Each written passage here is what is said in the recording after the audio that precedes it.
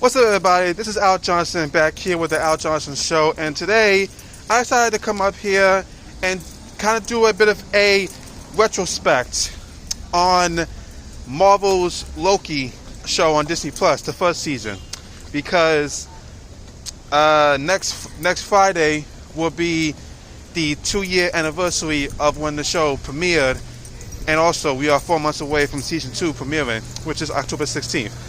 But ladies and gentlemen, if you want to be a part of the journey, or if you want to still continue on this train as our Johnson Show, be sure to do the following. Make sure you like, comment, share, subscribe, and click the notification bell to be notified whenever new videos are released. Let's begin.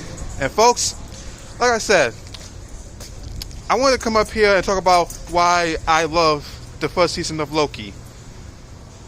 And why, to me, that show kicked off the multiverse saga of the MCU and everything that either has arrived or that is yet to come.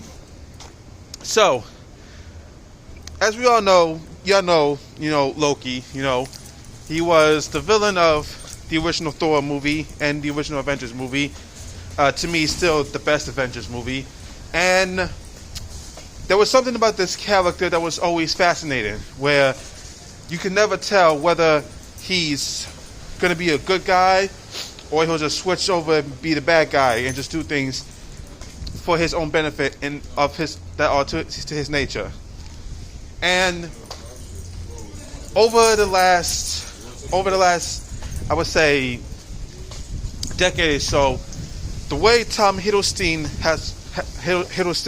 has played this character is nothing short of a marvel, no pun intended, with the way he's able to express Loki's vulnerabilities, his regrets, his insanity, his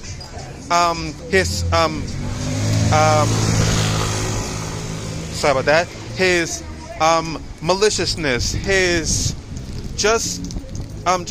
certain things about him. And to me,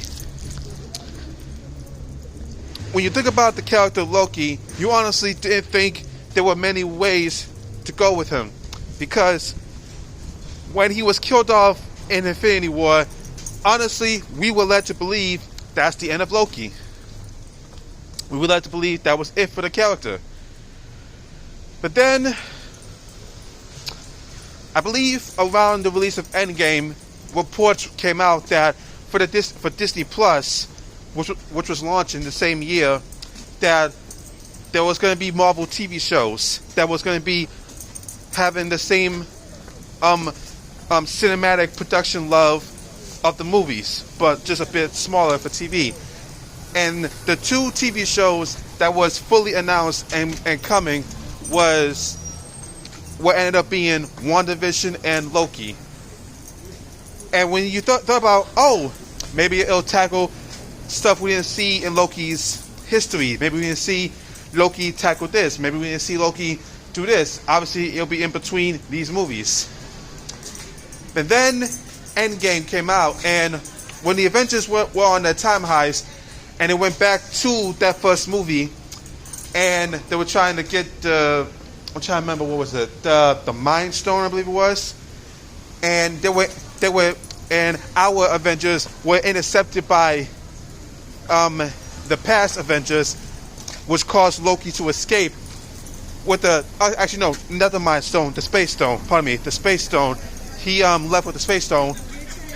Right then and there, in that scene, when Loki escaped, that led the way for what would be the Loki TV show. And then, as the months and years go on, the pandemic messed everything up. But then we finally get footage of what the tone of the show is and the whole idea of the show. And basically, it was described as basically Marvel's take on the crime thriller genre. Or it was basically, to me, I called it Marvel's Quantum Leap, because Loki was going to travel throughout the multiverse doing certain things. And, 1 second, please. And now we're back. So yeah, I remember seeing the footage for the show and thinking to myself, wow, this looks amazing. Like the visuals, the color, and also the fact that Owen Wilson was joining the MCU and was going to be alongside Tom Hiddleston. It was like, wow. And honestly, just the look of the show and everything else was sorry about that. Obviously, it was like a big deal. So then finally, and also then came the announcement that Loki, starting with Loki, the Marvel shows will air on Wednesdays from now on, until it made the change to Thursdays with She-Hulk currently. But yeah, then episode 1 premiered. I believe it was called I believe it was called Glorious Purpose. I believe that was the title episode. Yeah, I believe the title episodes were Glorious Purpose, The Variant, Lamentus, which in my opinion was the weakest episode of the show, the Nexus Event, Journey into Mystery, and For All Time Always. That's what the episodes were. But yeah, episode 1 was Glorious Purpose, which kicked off with that scene from Endgame, and then we go on from there. And just the whole episode, like seeing the Time Variance Authority and seeing Owen Wilson do his little magic. But at the core of that episode was basically the deconstruction of the Loki character and the Loki myth, and the whole idea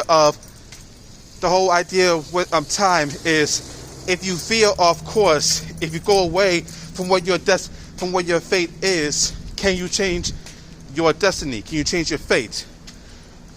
And the whole thing with Loki, I believe Mobius showing Loki what he did throughout his life, but at the meat of showing him what he did was showing him what happened in Thor: The Dark World, in which, because of Loki, Frigga was killed. And then after Loki was doing his best to escape from the TVA police that were there, he continues the footage, in which went into Ragnarok, where Odin accepted him as his son, which is what Loki wanted, and then into Infinity War, where he was killed.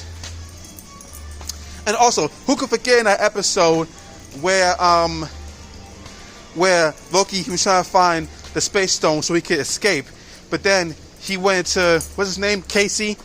He went to Casey's desk, who didn't know what fish were, and just was shocked to see fragments of Infinity Stones from different realities, and was told, oh yeah, we have lots of those. We use those as desk things or whatever. Now I can't remember. And basically Loki, he had this revelation that, oh, my idea of glorious purpose, getting these Infinity Stones and getting power, it was all for nothing. It was a lie. And then coming to grips with that, the reason why he was where he was because he was hurt. And you know the phrase, hurt people. And then at the end of the episode, it was revealed that Owen Wilson wanted to work with 2012 Loki. So for the sake of this video, I'm going to refer to him as 2012 Loki. 2012 Loki was needed by Owen Wilson to capture a Loki variant, which ended up being Sylvie Laufey's daughter, Lady Loki. And also the chemistry between Tom Hiddleston and Owen Wilson, and eventually Tom Hiddleston and Sophia DiMartino as Lady Loki. And just throughout the show, all this question about destination and fate, and questioning your reality, questioning existence, questioning certain things. And arguably one of the most controversial aspects of the show, which I still think is one of the sweetest, was the special bond and relationship developed between Loki and Sylvie. Now, again, I say controversial because people were weirded out by the whole notion of you falling in love with a version of yourself. That's a different gender. I loved it primarily because Loki was always depicted as this overachiever and eventual loser. He never wins. Loki never wins. And for me, the reason why I love that aspect of Loki being at the forefront was that finally we get to see him win. And throughout the show, you know, the whole idea about who runs the TVA and that, oh, it's the Time Masters and they know more than we know. But they coming to find out that the Time Masters were just robots that were there to be a facade to who really was running the TVA and going throughout different universes, meeting different versions of yourselves, including a crocodile, alligator, Loki, a Loki that's a child that killed Thor. Something that Loki could never do was kill Thor. And of course, a Loki that faked his death after Infinity War and just escaped, played by Richard E. Grant, who apparently is returning for season 2. Weird. But at the core, you have this amazing bond between Loki and... Sorry about that. My dog was going nuts for a little bit. Sorry. But yeah, the bond between Loki and Mobius and Loki and Sylvie, and also the great cast of characters like Hunter B12, Casey, like I said, and Ravonna Renslayer, played by Gugu Mbatha-Raw, who was one of the best antagonists on the Disney Plus side, and even, I don't want to say MCU as a whole, but on the Disney Plus side, a great antagonist. But then we get to the finale, episode 6, which to me, that whole section of the finale to me is still to me the best MCU Disney Plus finale today, because we finally confronted the person at the end of time, the one controlling the TVA, Kang, played by Jonathan Majors, who first appeared here. He was announced to be the villain of Ant-Man and Wasp: Quantumania as Kang the Conqueror, but here on Disney Plus, we see a version of Kang first, He Who Remains. And how can I forget Miss Minutes, played by Tara Strong, aka Bubbles from Powerpuff Girls and Raven from Teen Titans, and a bunch of other shows you know. By the way, Tara Strong, killing it, still killing it as a voiceover actress, still killing it. Person from my childhood, but everything, just the whole idea of what the TVA is and what Kang is about, telling us to Loki and Sylvie, and it's just you realizing that basically this was the start of everything. And then that fight between Loki and Sylvie over what do. Sylvie is so traumatized and so angry by what happened to her as a child. She's like, well, we'll just kill you and let people have free will. Let them make their own choices. Loki, who for years always about, oh, I'm here to cause chaos, I'm here to be the villain and da-da-da-da. But then realizing, no, there's something much more bigger at play. There's something we don't understand. He wants that to not happen. And then him finally trying to talk to Sylvie and say, listen, I understand how you feel because I was there. Don't make the same mistake I made and all that. And when they kiss, either you rock with the kiss or you didn't. I did, because I loved the bond between Loki and Sylvie. But then Sylvie, after kissing Loki, was like, I'm sorry, Loki, but this has to be done. And she takes Loki to a different part of the TVA, a different version of the TVA, and kills He Who Remains. Thus, to me, killing He Who Remains version of Kang kick-started the Multiverse Saga, because think about what came after this. Spider-Man No Way Home, Doctor Strange in the Multiverse of Madness, Ant-Man and the Wasp: Quantumania, and more that's to come. Doctor Strange 3, Shang-Chi 2, hopefully, Avengers 5 and 6. And just the final shot of season 1 with the music in the back. The music, oh my god, Natalie Ho killed it with the music. The music in the background as Loki realizes this is not the same Mobius he knows. And the statue where the Time Masters were, quote unquote, is actually Kang the Conqueror as a Time Master.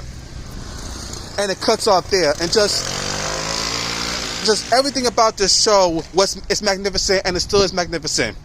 And thus had me excited for season 2. Even the post-credit scene of Quantumania had me more excited for season 2, just by association. And that's why, to me, Loki season 1 will forever be the best MCU Disney Plus show. But that's in my opinion. But guys, that's all for today. Let me know how you feel about Loki season 1 and the show as a whole. Make sure you like, comment, share, subscribe for more. Click the notification bell. As always, peace out.